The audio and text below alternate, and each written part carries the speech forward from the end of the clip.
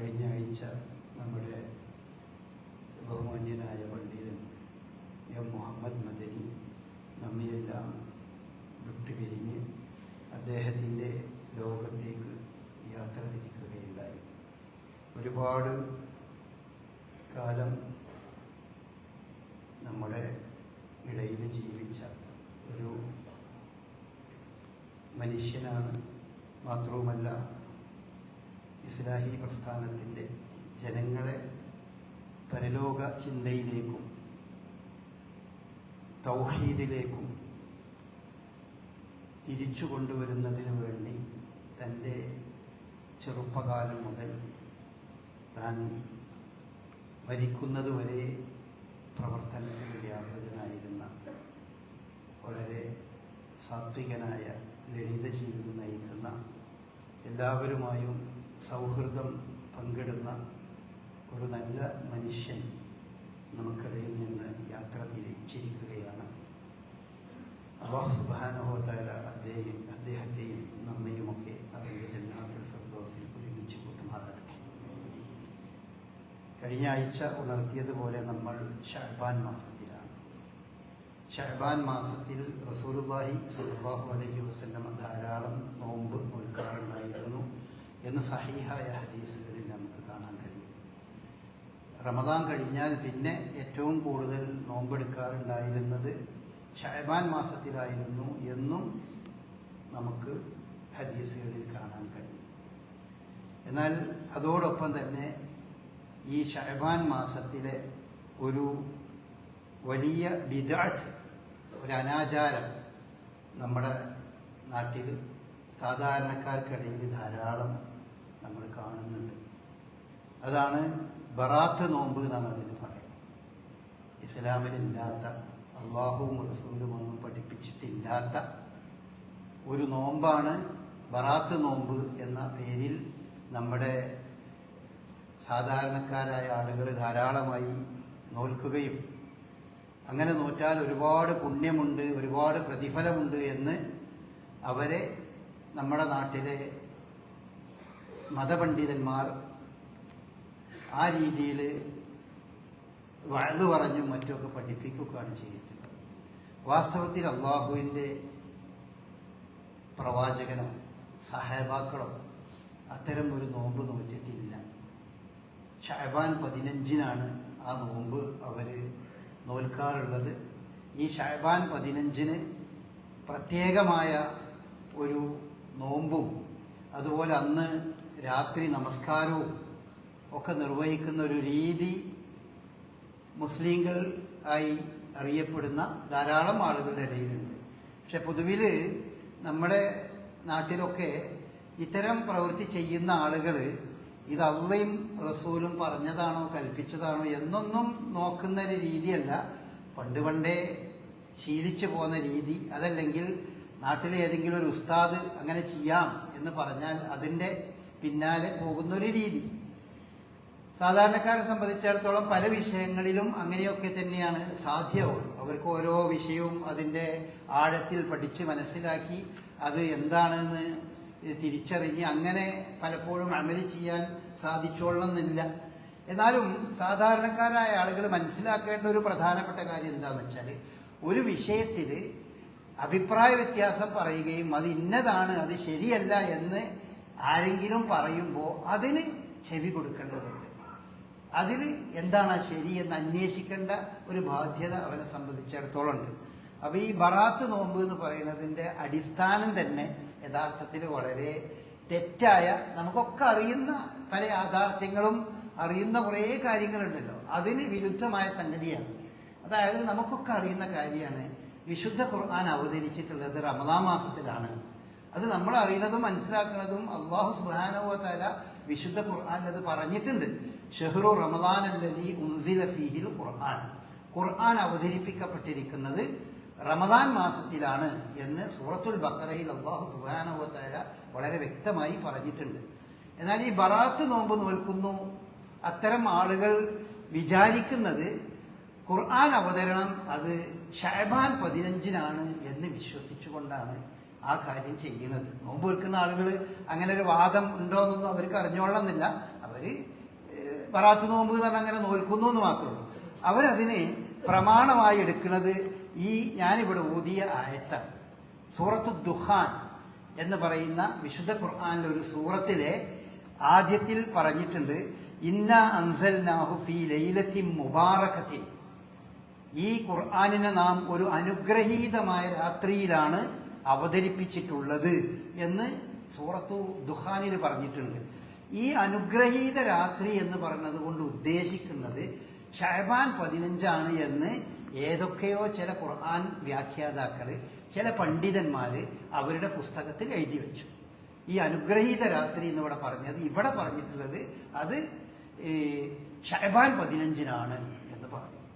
അപ്പോൾ അതിന്റെ മറുഭാഗങ്ങളോ മറ്റു വശങ്ങളോ ഒന്നും നോക്കാതെ എഴുതി വെച്ചത്, ആ കാലത്ത് പണ്ഡിതന്മാരാരോ എഴുതി വെച്ചത് അങ്ങനെ തന്നെയാണ് എന്ന് വിചാരിച്ചുകൊണ്ട് അങ്ങനെ മുന്നോട്ട് പോയതാണ്. ഇപ്പൊ യഥാർത്ഥത്തിൽ ഖുർആൻ അവതരിച്ച ഈ അനുഗ്രഹീത രാത്രി ഏതാണ് എന്ന് വിശുദ്ധ ഖുർആൻ തന്നെ മറ്റൊരു സ്ഥലത്ത് നമുക്ക് പറഞ്ഞു തരുന്നുണ്ട്. ഇന്ന അൻസൽനാഹു, ഇതുപോലെ പറഞ്ഞതാണ്. ഇന്ന അൻസൽനാഹു ഫീ ലൈലത്തുൽ ഖദർ. ലൈലത്തുൽ ഖദറിലാണ് ഖുർആൻ അവതരിച്ചത്. ലൈലത്തുൽ ഖദർ ഖൈറും മിൻ അൽഫി ശഹർ തനസ്സലുൽ മലായികത്തു വറൂഹു ഫീഹാ ബിഇദ്നി റബ്ബിഹിം മിൻ കുല്ലി അംർ സലാമുൻ ഹിയ ഹത്താ മത്ലഉൽ ഫജ്ർ എന്ന് പറഞ്ഞുകൊണ്ട് നമുക്കൊക്കെ മനപ്പാടമുള്ള സൂറത്തുൽ ഖദർ എന്ന് പറഞ്ഞ സൂറത്ത് തന്നെ വിശുദ്ധ ഖുർആനിലുണ്ട്. ആ സൂറത്തിൽ വളരെ വ്യക്തമായി പറയുന്നുണ്ട്, റമദാൻ മാസത്തിലാന്ന് മാത്രമല്ല അത് ലൈലത്തുൽ ഖദറിലാണ് അവതരിപ്പിച്ചിട്ടുള്ളത് എന്നും പറഞ്ഞിട്ടുണ്ട്. അപ്പോൾ ഇവിടെ അനുഗ്രഹീത രാത്രി എന്ന് പറഞ്ഞത് കൊണ്ട് ഉദ്ദേശിക്കുന്നത് യാതൊരു സംശയവുമില്ല ഈ ലൈലത്തുൽ ഖദറിനെയാണ്. കാരണം ലൈലത്തുൽ ഖദറിന്റെ അനുഗ്രഹീത അവസ്ഥ അവിടെ തന്നെ പറഞ്ഞിട്ടുണ്ട്. മലായിക്കത്തുകൾ ഇറങ്ങി വരുന്നു, അതുപോലെ പ്രഭാതം വരെ സമാധാനം എന്ന് വിളിച്ചു പറയപ്പെടുന്ന ഒരു അനുഗ്രഹീത രാത്രിയാണത് എന്ന് ആ സൂറത്തിൽ പറയുന്നുണ്ട്. അതിനെപ്പറ്റിയാണ് ഇവിടെ ഖുർആൻ യഥാർത്ഥത്തിൽ ഇന്ന അൻസൽനാഹു, ഈ ഖുർആനിനെ നാം അവതരിപ്പിച്ചിട്ടുള്ളത് ഫീ ലൈലത്തിൻ മുബാറകത്തിൻ, അനുഗ്രഹീതമായ ഒരു രാത്രിയിലാണ് എന്ന് പറയുന്നത്. അപ്പോ ഈ ബറാത്ത് നോമ്പിന്റെ തെളിവായി, അല്ലെങ്കിൽ അതിന്റെ തെളിവുപരമായ അടിസ്ഥാനം ഈ ആയത്തിനുള്ള വ്യാഖ്യാനം അത് തെറ്റാണ് എന്ന് നമുക്കറിയാം, വളരെ വ്യക്തമായ തെറ്റാണ്. പിന്നെ ഈ ഷഅബാൻ 15 നോമ്പ് നോൽക്കണം, അല്ലെങ്കിൽ അന്ന് പ്രത്യേക ആരാധനകൾ നിർവഹിക്കണം എന്നൊക്കെ പറഞ്ഞുകൊണ്ട് നബി സല്ലല്ലാഹു അലൈഹി വസല്ലമയുടെ മേൽ കറ്റുകെട്ടി പറഞ്ഞ ചില ഹദീസുകളുണ്ട്. അതും അതിനൊരു പ്രമാണമായിട്ടാണ് ആളുകൾ സ്വീകരിക്കുന്നത്. പണ്ഡിതന്മാർ അറബിയിൽ എഴുതിയ ഹദീസ എന്ന് പറഞ്ഞ് എഴുതിയ കാര്യങ്ങൾ അങ്ങനെ തന്നെ എടുത്ത് ഉദ്ധരിച്ച് അവരാണ് പ്രസംഗിക്കുകയാണ് ചെയ്യുക. പക്ഷെ ആ ഹദീസ് ശരിയാണോ തെറ്റാണോ, അതിനെപ്പറ്റി എന്താണ് പൂർവികരായ പണ്ഡിതന്മാർ രേഖപ്പെടുത്തിയിട്ടുള്ളത് എന്നൊന്നും പലപ്പോഴും പലരും അന്വേഷിക്കൂല.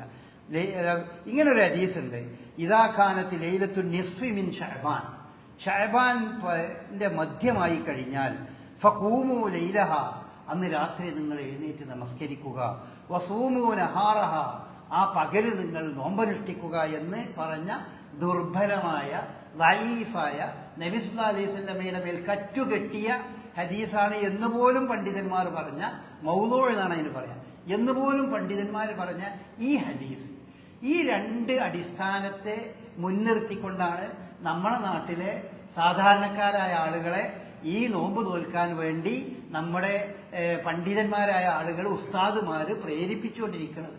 അപ്പൊ യഥാർത്ഥത്തിൽ അത് വളരെ തെറ്റായ ഒരു കാര്യമാണ്. ഈ കാര്യത്തെ പറ്റി, ഈ ഹദീസിനെയും ഈ സമ്പ്രദായത്തെ പറ്റിയൊക്കെ, ഈ വിഷയത്തിൽ വന്ന ഹദീസുകളെ പറ്റിയൊക്കെ ഷെയ്ഖ് ഇബ്നു ബാസിന്റെ ഒരു പ്രസ്താവന ഉണ്ട്. ധാരാളം പണ്ഡിതന്മാർ അതിനെപ്പറ്റി പറഞ്ഞിട്ടുണ്ട്. വളരെയധികം പണ്ഡിതന്മാർ ഇത് ഇല്ലാത്തതാണ് കൂട്ടരെ എന്ന് പറഞ്ഞുകൊണ്ട് ശരിക്കും പഠിപ്പിക്കുന്നുണ്ട്.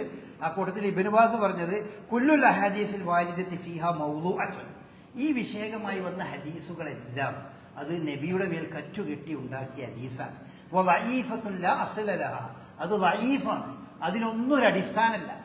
അതൊന്നും അടിസ്ഥാനമില്ലാതെ ഓരോരുത്തരാണ് പറഞ്ഞ സംഗതികൾ മാത്രമാണ്. വഹിയ ലൈലത്തുൻ ലൈസ ലഹ ഖുസൂസിയത്തുൻ, ഈ രാത്രിക്കൊരു അത്തരം ഒരു പ്രത്യേകതയില്ല.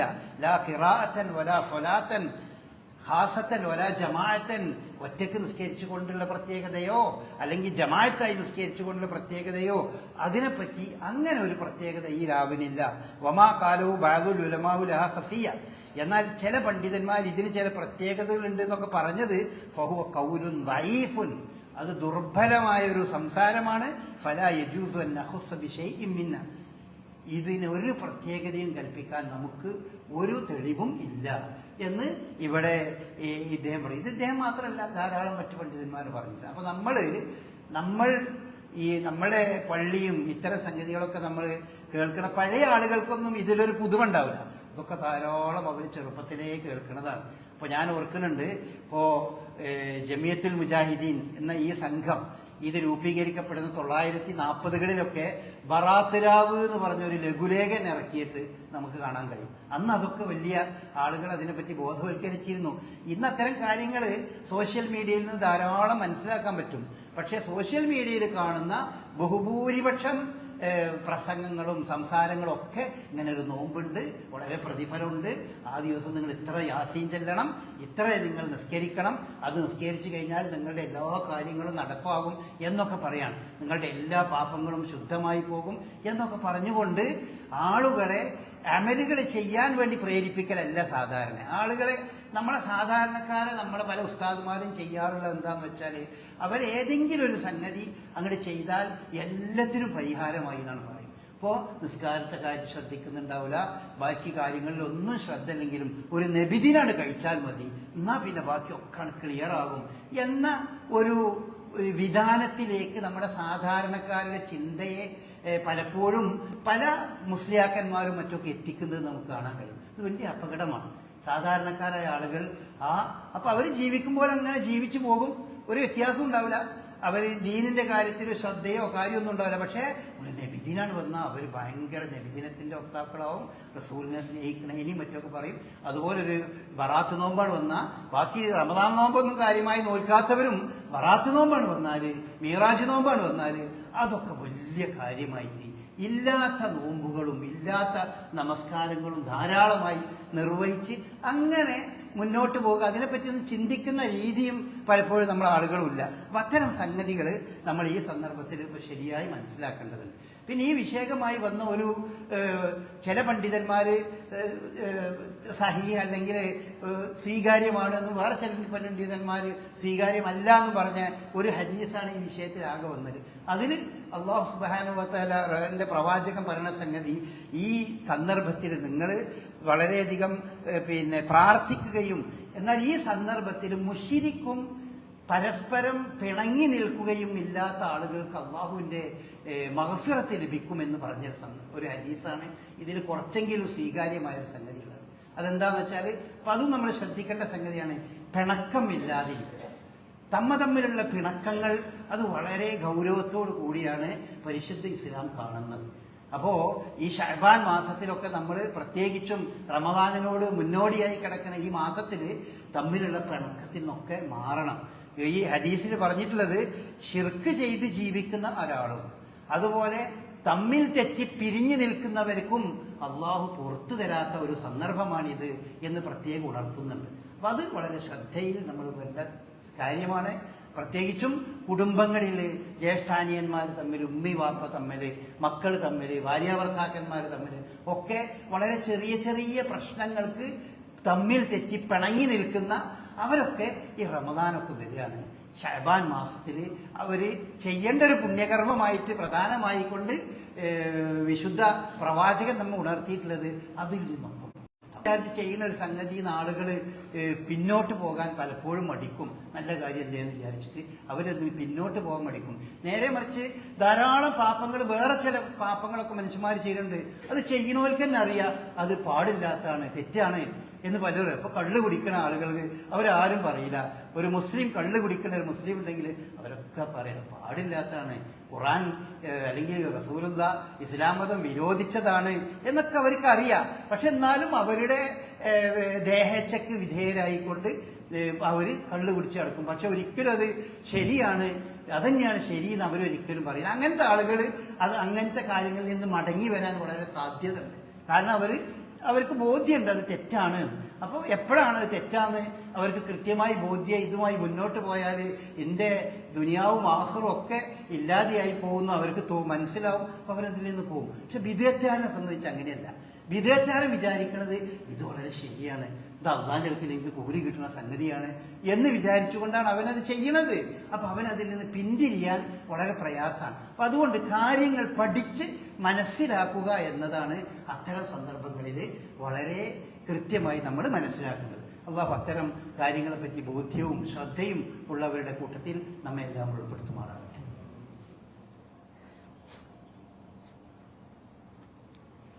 അൽഹംദുലില്ലാഹ് الذي هدانا لهذا وما كنا لنهتدي لولا أن هدانا الله. اللهم صل على محمد وعلى آل محمد كما صليت على إبراهيم وعلى آل إبراهيم إنك حميد مجيد. أما بعد, ഈ ശഅബാനുമായി ബന്ധപ്പെട്ട് പിന്നെ നമ്മൾ മനസ്സിലാക്കേണ്ട ഒരു സംഗതി എന്താണെന്ന് വെച്ചാൽ, നമ്മൾക്ക് നോറ്റ് വീട്ടാനുള്ള നോമ്പുകൾ നോറ്റ് വീട്ടേണ്ട അവസാന സന്ദർഭമാണ് ശഅബാൻ മാസം. റമദാൻ മാസത്തിന്റെ മുമ്പ് യഥാർത്ഥത്തിൽ റമദാൻ മാസത്തിൽ നഷ്ടപ്പെടുന്ന നോമ്പ് അത് നമുക്ക് അത് നോറ്റ് വീട്ടാൻ അവസരം കിട്ടുമ്പോൾ ഉടൻ തന്നെ അത് നോറ്റ് വീടാണ് ഏറ്റവും നല്ലത്. അതാണ് ഏറ്റവും നല്ലത്. അതിന് അഫ്ളൽ എന്നാണ് പറയുക. ഏറ്റവും നല്ലത് എപ്പോഴാണ് അവസരം കിട്ടുന്നത്, ഒരു 4 നോമ്പോ 5 നോമ്പോ അല്ലെ കുറച്ച് നോമ്പ്, പ്രത്യേകിച്ച് സ്ത്രീകൾക്ക് അവരുടെ നോമ്പ് നഷ്ടപ്പെട്ട് കഴിഞ്ഞാൽ എപ്പോഴാണ് എത്രയും പെട്ടെന്ന് എപ്പോഴാണ് അത് നോറ്റ് വീട്ടാൻ കഴിയുക അവരെ അങ്ങനെ നോറ്റ് വീട്ടാവുന്നു. അങ്ങനെ നോറ്റ് വീട്ടാണ് നല്ലത്. എന്നാൽ പലപ്പോഴും അങ്ങനെ പല കാരണങ്ങൾ കൊണ്ടും അത് നോറ്റ് വീട്ടാൻ സാധിക്കാതെ അല്ലെങ്കിൽ അങ്ങനെ അത് ശ്രദ്ധിക്കാതെ അങ്ങനെ മുന്നോട്ട് പോകും. അങ്ങനെ മാക്സിമം അത് പോകാവുന്ന ഒരു സന്ദർഭം എന്ന് പറയുന്നത് അത് ശഅബാൻ മാസമാണ്. എന്തുകൊണ്ടാണ് ശഅബാൻ എന്ന് പറയുന്നത്? നബി സല്ലല്ലാഹു അലൈഹി വസല്ലമയുടെ കാലത്ത് ആയിഷ റളിയല്ലാഹു അൻഹയ്ക്കൊക്കെ പലപ്പോഴും ശഅബാനിലെ ഇത് നോറ്റ് വീട്ടാൻ കഴിയാറുണ്ടായിരുന്നു. അതിൻ്റെ മുമ്പ് നോറ്റ് വീട്ടാൻ പലപ്പോഴും കഴിയില്ല.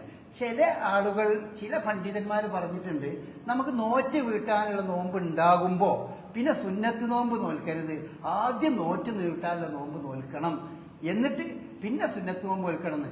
അത് ചില പണ്ഡിതന്മാരുടെ അഭിപ്രായം മാത്രമാണ്. അങ്ങനെ കൃത്യമായിട്ട് അള്ളാഹുവിന്റെ റസൂൽ പറഞ്ഞിട്ടൊന്നുമില്ല. പക്ഷേ നമുക്ക് ഈ ഹദീസുകളിൽ നിന്ന് ആയിഷ റളിയല്ലാഹു അൻഹയുടെ ഹദീസിൽ നിന്ന് മനസ്സിലാകുന്നത്, ആയിഷ റളിയല്ലാഹു അൻഹ ഒറ്റ സുന്നത്ത് നോമ്പ് നോൽക്കാതെ ശഅബാനിൽ വീട്ടുകയാണെന്ന് നമ്മൾ വിചാരിക്കാൻ പാടില്ലല്ലോ. നോറ്റ് വീട്ടേണ്ട നോമ്പ്, കടമായി കിടക്കണ നോമ്പ് ഉണ്ടായിരിക്കെ തന്നെ നമ്മൾക്ക് സുന്നത്ത് നോമ്പ് നോൽക്കണതിന് വിരോധമല്ല. മുഹറം നോമ്പ് അല്ലെങ്കിൽ അറഫ നോമ്പ്, അങ്ങനത്തെ നോമ്പ് നമ്മൾക്ക് നോറ്റ് വീട്ടേണ്ട, അത് സുന്നത്ത് നോമ്പ് എടുക്കുന്നത് അത് ആ ദിവസേ നമുക്ക് പറ്റുള്ളൂ. അറഫ നോമ്പ് അറഫ ദുൽഹിജ്ജ് 9 നമുക്ക് പറ്റുള്ളൂ. അതുപോലെ മുഹറം നോമ്പ് 9-നും 10-നും, മുഹറം 9-നും 10-നേ പറ്റുള്ളൂ. അങ്ങനെ തീയതി നിശ്ചയിച്ചു തന്ന നോമ്പുകൾ അത് സുന്നത്താണെങ്കിലും അത് നമ്മൾ നോൽക്കുന്നത് അന്നേ പറ്റുള്ളൂ എന്നുള്ളതുകൊണ്ട് തന്നെ നമുക്ക് വീട്ടാനുള്ള നോമ്പുണ്ട് എന്ന് വിചാരിച്ചിട്ട് ആ നോമ്പ് നമ്മൾ നോൽക്കാതിരിക്കേണ്ട ആവശ്യമില്ല. അത് നോൽക്കാതിരിക്കേണ്ട ആവശ്യമില്ല. അപ്പോൾ സുന്നത്ത് നോമ്പ് നമ്മൾ ചില പണ്ഡിതന്മാരങ്ങനെ അഭിപ്രായം പറഞ്ഞിട്ടുണ്ടെങ്കിലും വീട്ടാനുള്ള നോമ്പ് ഉണ്ടായിരിക്കെ തന്നെ സുന്നത്ത് നോമ്പ് നോൽക്കുന്നതിന് യാതൊരു വിരോധവും ഇല്ല. കാരണം ആയിഷ റളിയല്ലാഹു അൻഹ പറയാണ്, കാന യകൂനു അലയ്യ സൗം മിൻ റമദാൻ, എനിക്ക് റമദാനിൽ നോറ്റ് വീട്ടേണ്ട നോൻപ് ഉണ്ടാകുമായിരുന്നു. ഫമാ അസ്തത്തിയോ നഖ്ലിയ ഇല്ലാ ഫി ശഅബാൻ, അത് ശഅബാനിലെ എനിക്കത് വീട്ടാൻ കഴിയാറുള്ളൂ.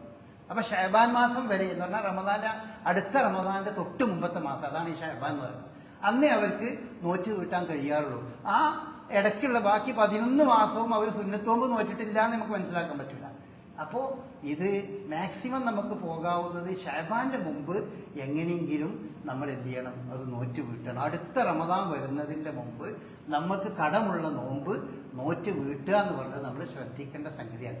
ഇനി എന്തെങ്കിലും കാരണം കൊണ്ട് അഥവാ നമുക്ക് അടുത്ത റമദാന്റെ ഇടക്കുന്നത് നോറ്റ് വീട്ടാൻ കഴിഞ്ഞില്ല എന്ന് വിചാരിക്കുക. ചില സന്ദർഭത്തിലൊക്കെ അങ്ങനെ ഉണ്ടാകും. ചില സ്ത്രീകൾ നോമ്പ് ഒഴിവാക്കുന്ന പ്രസവ സന്ദർഭത്തിലോ ഗർഭിണികളായിരിക്കുന്ന സന്ദർഭത്തിലോ ഒക്കെ ആയിരിക്കും റമദാൻ മാസം വരിക. പിന്നെ അടുത്ത റമദാൻ വരുമ്പോഴേക്ക് അവർക്ക് ചിലപ്പോൾ മുലയൂട്ടലും മറ്റുമായിട്ട് നോമ്പ് നോൽക്കാൻ പറ്റാത്ത സാഹചര്യം ഉണ്ടാവും. അപ്പം അങ്ങനെയാകുമ്പോൾ പലപ്പോഴും പല സ്ത്രീകളും വിളിച്ച് ചോദിക്കാറുണ്ട്, ഈ പിന്നെ ശഅബാൻ മാസം ആകുമ്പോൾ എനിക്കൊരു 60 നോമ്പ് ബാക്കിയുണ്ട്, അല്ലെങ്കിൽ ഒരു 40 നോമ്പ് ബാക്കിയുണ്ട്, 50 നോമ്പ് ബാക്കിയുണ്ട്, എന്താ ഇപ്പം നമ്മൾ ചെയ്യുക? റമദാൻ 30 നോമ്പും ബാക്കിയുള്ളതും 25 നോമ്പ് ബാക്കിയുള്ള സ്ത്രീകളൊക്കെ ഉണ്ട്. പക്ഷെ അവർക്കത് ഇതുവരെ നോൽക്കാൻ കഴിഞ്ഞിട്ടില്ല. ചെറിയ കുട്ടികളുണ്ട്, മലയൂട്ടുന്നുണ്ട്, ശാരീരിക പ്രശ്നങ്ങളുണ്ട്, അങ്ങനെ പലതരം പ്രശ്നങ്ങൾ കൊണ്ട് അങ്ങനത്തെ ആളുകൾ അടുത്ത റമദാൻ തിങ്ങി ഞാൻ നോറ്റിട്ട് കാര്യമില്ല എന്ന് നിങ്ങൾ വിചാരിക്കാൻ പാടില്ല. അതിനെപ്പറ്റി വിശുദ്ധ ഖുർആൻ പറഞ്ഞിട്ടുള്ളത് പിന്നെ ഇത്രേ പറഞ്ഞു, ഫമൻ ഷഹീദ മിൻകുമു ശഹ്റ ഫൽയസുംഹു, റമദാൻ മാസത്തിൽ ഹാജറുള്ളവൻ നോമ്പനുഷ്ഠിക്കണം. വമൻ കാന മരീദൻ ഔ അലാ സഫരിൻ ഫഇദ്ദത്തും മിൻ അയ്യാമിൻ ഉഖറ, മറ്റൊരു ദിവസം നിങ്ങൾ നോറ്റ് വീട്ടണം എന്നാണ്. ഈ മറ്റൊരു ദിവസം എന്നത് റമദാനിന്റെ മുമ്പ് എവിടെയും നമുക്ക് പറഞ്ഞു തന്നിട്ടില്ല. അടുത്ത റമദാന്റെ മുമ്പ് നോറ്റ് വീട്ടണം എന്നല്ല. പക്ഷെ നമ്മൾ ചെയ്യേണ്ടതും അത് ശ്രദ്ധിക്കേണ്ടതും അടുത്ത റമദാന്റെ മുമ്പാണ്. കാരണം സഹാബികളൊക്കെ ചെയ്തിരുന്നത് റമദാന്റെ മുമ്പ് തന്നെ നോറ്റ് വീട്ടുക. പക്ഷെ നമുക്ക് അതിനൊരു അവസരം കിട്ടിയില്ലെങ്കിൽ ഇനി നോറ്റ് എങ്ങനെയാണ് ഞാൻ വീട്ടുക എന്ന് വിചാരിക്കേണ്ട ആവശ്യമില്ല. റമദാൻ കഴിഞ്ഞാലും നിങ്ങൾ ആ നോറ്റ് വീട്ടാനുള്ള നോമ്പ് നിങ്ങൾ നോൽക്കണം. ഈ റമദാൻ കഴിഞ്ഞിട്ടാണെങ്കിലും നോറ്റ് വീട്ടാനുള്ള നോമ്പ് നോൽക്കണം. എന്നിട്ട് ചില പണ്ഡിതന്മാർ അഭിപ്രായം പറഞ്ഞിട്ടുണ്ട്, ഈ റമദാൻ കഴിഞ്ഞ് പിന്നെയും നോൽക്കാത്ത ആളുകൾ അത് നോറ്റ് വീട്ടും വേണം, അതിന് പുറമെ ഫിദിയും കൊടുക്കണം എന്ന് അഭിപ്രായം പറഞ്ഞിട്ടുണ്ട്. പക്ഷെ അത് ശരിയല്ല. അങ്ങനെ അള്ളാഹുവോ റസൂലോ പറഞ്ഞിട്ടില്ല. ഒന്നുകിൽ നോമ്പ് നോൽക്കുക, അല്ലെങ്കിൽ ഫിദിയ കൊടുക്കുക. ഒരു നിലക്ക് നോമ്പ് നോൽക്കാൻ കഴിയില്ല, 10, 60 നോമ്പോ 80 നോമ്പോ ഇതൊക്കെ കൂടി നോറ്റ് വീട്ടാൻ എനിക്ക് കഴിയില്ല എന്നൊരു പൂർണ്ണ ബോധ്യം ഒരു സ്ത്രീക്ക് ഉണ്ടെങ്കിൽ, അല്ലെങ്കിൽ ഒരാൾക്ക് ആരോഗ്യപരമായി വളരെ തളർന്നു പോയി നോമ്പ് ബാക്കിയുണ്ട്, അങ്ങനത്തെ സന്ദർഭത്തിൽ നോമ്പ് നോക്കാൻ കഴിയില്ല എന്ന് ബോധ്യമാകുന്ന ഒരവസ്ഥയാണെങ്കിൽ അവർക്ക് ആ നോമ്പിന് പകരമായിക്കൊണ്ട് ഫിദിയ കൊടുക്കുക. ഫിദിയ എന്ന് പറഞ്ഞാൽ ഒരു നോമ്പിന് ഒരു ഫിദിയത്തുൻ ത്വാമു മിസ്കീൻ എന്നാണ്. ഒരു അഗതി, ഒരു സാധുവിന് ഒരു നേരത്തെ അല്ലെങ്കിൽ ഒരു നേരത്തെ ഭക്ഷണം നൽകുക. അതാണ് ഈ നോമ്പിന് നൽകേണ്ട ഫിദിയ. അപ്പം അത് നിർബന്ധമായി നമ്മൾ നൽകണം. നോൽക്കാൻ കഴിയില്ല എന്ന് ബോധ്യം, ചിലപ്പോൾ പ്രായമുള്ള ആളുകളുണ്ടാവും, രോഗമുള്ളവരുണ്ടാവും. അങ്ങനത്തെ ആളുകളൊക്കെ വിശുദ്ധ ഖുർആൻ പറഞ്ഞ പോലെ വലല്ലദീന യുതീഖൂനഹു ഫിദിയത്തുൻ ത്വാമു മിസ്കീൻ, വളരെ പ്രയാസപ്പെട്ട് മാത്രമേ നോമ്പ് അനുഷ്ഠിക്കുകയാണെങ്കിൽ കഴിയുള്ളൂ എന്ന് പറയുന്ന അവസ്ഥയിൽ, അതല്ലെങ്കിൽ ഈ നോമ്പ് നോൽക്കാൻ കഴിയില്ല എന്നുള്ളൊരു സാഹചര്യം വരികയാണെങ്കിൽ അവർ ഫിദിയത്തുൻ ത്വാമു മിസ്കീൻ, അത് ഫിദിയ അവർ നൽകണം. അപ്പം അത് ശ്രദ്ധിക്കേണ്ടതാണ്. അപ്പോൾ സ്ത്രീകളായ ആളുകൾ, കുട്ടികൾ, അവരൊക്കെ ഈ ശഅബാൻ മാസത്തിൽ തന്നെ ഈ നോറ്റ് വീട്ടാനുള്ള നോമ്പ് നോറ്റ് വീട്ടണം. അപ്പം ചില ആളുകൾ വേറെ ഒരു ഹദീസ് ഈ വിഷയത്തിലുണ്ട്. അതായത് ശഅബാൻ 15-ന് ശേഷം നിങ്ങൾ സാധാരണ നോമ്പ് നോൽക്കണോലല്ലാത്ത ആളുകൾ, സാധാരണ തിങ്കളാഴ്ചയും വ്യാഴാഴ്ചയും ഒക്കെ നോമ്പ് നോൽക്കുന്ന ആളുകളുണ്ടാവും. അവരല്ലാത്ത ആളുകൾ പുതുതായി എനിക്ക് നോമ്പൊക്കെ ഒന്ന് നോൽക്കട്ടെ ഇനി മുതൽ എന്ന് തീരുമാനിക്കുന്ന ആളുകൾ ശഅബാൻ 15-ന് ശേഷം നോമ്പ് നോൽക്കാതിരിക്കുകയാണ് തന്നെ. അവർ നോമ്പ് നോൽക്കേണ്ടതില്ല. റസൂലുള്ളാഹി സ്വല്ലല്ലാഹു അലൈഹി വസല്ലമ ആ കാര്യം തന്നെ പറയും, ഇദന്തസഫ ശഅബാനു ഫലാ തസൂമു ഹത്താ യകൂന റമദാൻ. ശഅബാൻ 15 കഴിഞ്ഞാൽ പിന്നെ സാധാരണ നോമ്പ് നോൽക്കാത്ത ആളുകൾ അവർ എന്ത് ചെയ്യേണ്ട ആവശ്യമില്ല, അവർ നോമ്പ് നോൽക്കരുത്. അവർ റമദാൻ വരെ പിന്നെ നോമ്പ് നോൽക്കണ്ട. നേരെ മറിച്ച് റസൂലുള്ളാഹി സ്വല്ലല്ലാഹു അലൈഹി വസല്ലമ പറയുകയുണ്ടായി, ഇല്ലാ റജുലുൻ കാന യസൂമു സൗമൻ ഫൽയസുമു, സാധാരണ നോമ്പ് നോൽക്കുന്ന ആളുകളാണെങ്കിലോ അവർക്ക് നോമ്പ് നോൽക്കും ചെയ്യാം. അപ്പം അത്തരം കാര്യങ്ങൾ ശ്രദ്ധിക്കുക. നമ്മൾ ഈ വീട്ടാനുള്ള നോമ്പ് ഏതായാലും വലിയ ബാധ്യത തന്നെയാണ്, നിർബന്ധമായും വീട്ടേണ്ടത് തന്നെയാണ്. ഒരു നിലക്കും വീട്ടാൻ കഴിയില്ല എന്ന ബോധ്യമുള്ള ആളുകളുണ്ടെങ്കിൽ അവർ അതിന് പകരം ഫിദിയ കൊടുക്കുക. ഒരു മിസ്കീന് ഒരു നേരത്തെ ഭക്ഷണത്തിനുള്ള, അത് പൈസ കൊടുത്താൽ പോലെ ചോദിക്കും ചില ആളുകൾ. അത് പൈസ കൊടുക്കല്ല വേണ്ടത്, അതിനൊരു മാതൃകയൊന്നുമില്ല. കാരണം വിശുദ്ധ ഖുർആൻ തന്നെ പറഞ്ഞത് ഫിദിയത്തുൻ ത്വാമു മിസ്കീൻ എന്നാണ്, ഒരു സാധുവിനുള്ള ഭക്ഷണം നൽകുക എന്നാണ്. അപ്പോൾ ആ ഭക്ഷണം നൽകുക തന്നെയാണ് വേണ്ടത്. കുറച്ചധികം നോമ്പുണ്ടെങ്കിൽ കുറച്ച് ഭക്ഷണ സാധനങ്ങൾക്ക് ഒരു കിറ്റാക്കി നമ്മുടെ സാധുക്കളായ ആളുകൾക്ക് അവരൊരു കിറ്റാക്കി കൊടുക്കുകയാണെങ്കിൽ നന്നാവും. അങ്ങനെ പല രീതിയിലും, അല്ലെങ്കിൽ മറ്റൊരാർക്കെങ്കിലും നമ്മൾ ഭക്ഷണം ഉണ്ടാക്കി കൊടുക്കുക ഒക്കെ ചെയ്യാവുന്നതാണ്. അല്ലാതെ അതിനൊരു 100 റുപ്യ അല്ലെങ്കിൽ 200 റുപ്യ അല്ലെങ്കിൽ 50 റുപ്യ കൊടുക്കുക എന്ന് പറയുന്നത് ശരിയല്ല. നമ്മളിവിടെ ഓഫീസിൽ എന്ത് ചെയ്യും, ഇങ്ങനത്തെ നോമ്പ് ബാക്കിയുള്ള ആളുകൾക്ക് അവരുടെ ഒരു നോമ്പിന് ഇത്ര പൈസ എന്ന് വെച്ചിട്ട് നമ്മൾ ഓഫീസിൽ വാങ്ങി വെക്കും. എന്നിട്ട് അത് നമ്മൾ പൈസയല്ല കൊടുക്കുക, ആ പണം ഉപയോഗിച്ച് നമ്മൾ ഈ സാധുക്കളായ ആളുകൾക്ക്, അർഹപ്പെട്ട ആളുകൾക്ക് ഭക്ഷണത്തിൻ്റെ കിറ്റ് അവർക്ക് വാങ്ങി എത്തിച്ചു കൊടുക്കും. അപ്പോൾ ഭക്ഷണം തന്നെയാണ് നമ്മളതിൽ നൽകേണ്ടത്. അങ്ങനെ കൃത്യമായിട്ട് വിശുദ്ധ ഖുർആൻ തന്നെ ആ കാര്യം പറഞ്ഞിട്ടുണ്ട്. അപ്പോൾ അത്തരം കാര്യങ്ങൾ നമ്മൾ ശ്രദ്ധിക്കുക. പിന്നെ മറ്റൊരു സംഗതി, നമ്മളുടെ സക്കാത്ത് എത്രയാന്നൊക്കെ കണക്ക് കൂട്ടാൻ മാനസികമായി ഒരുങ്ങി നിൽക്കേണ്ട സമയമാണ്. റമദാൻ മാസം തന്നെ നമ്മൾ സക്കാത്ത് കൊടുക്കേണ്ട സമയമാണ്. അത്തരം സംഗതികളൊക്കെ ശ്രദ്ധയോടുകൂടി നമ്മൾ ഈ റമദാനിനെ വരവേൽക്കാൻ ഇപ്പോൾ തന്നെ മാനസികമായി നമ്മൾ തയ്യാറാവുക. ഇബാദത്തുകളുടെ കാര്യത്തിലൊക്കെ അത്തരം കാര്യങ്ങൾ ശ്രദ്ധിക്കുക. അല്ലാഹു അനുഗ്രഹിക്കുമാറാകട്ടെ.